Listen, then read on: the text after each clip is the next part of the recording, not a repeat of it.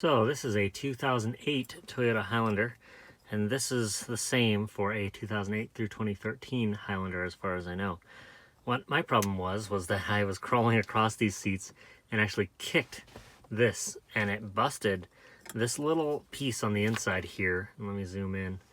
So that little piece, if you can see, it's got these tiny little things that hold this inside piece, which is what goes into the inside of this or what I guess actually this turns the actual post that is the what actually changes the climate control, and these are what hold it onto this knob, and this just broke right off, like, because it's this tiny little piece of plastic.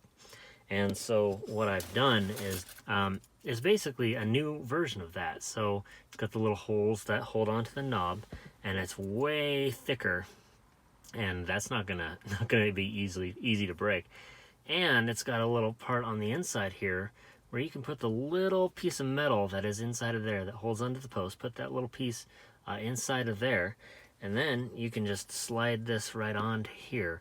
And if you can get this out without taking off the console, that's fine. Just pull it out of there since it's already broken.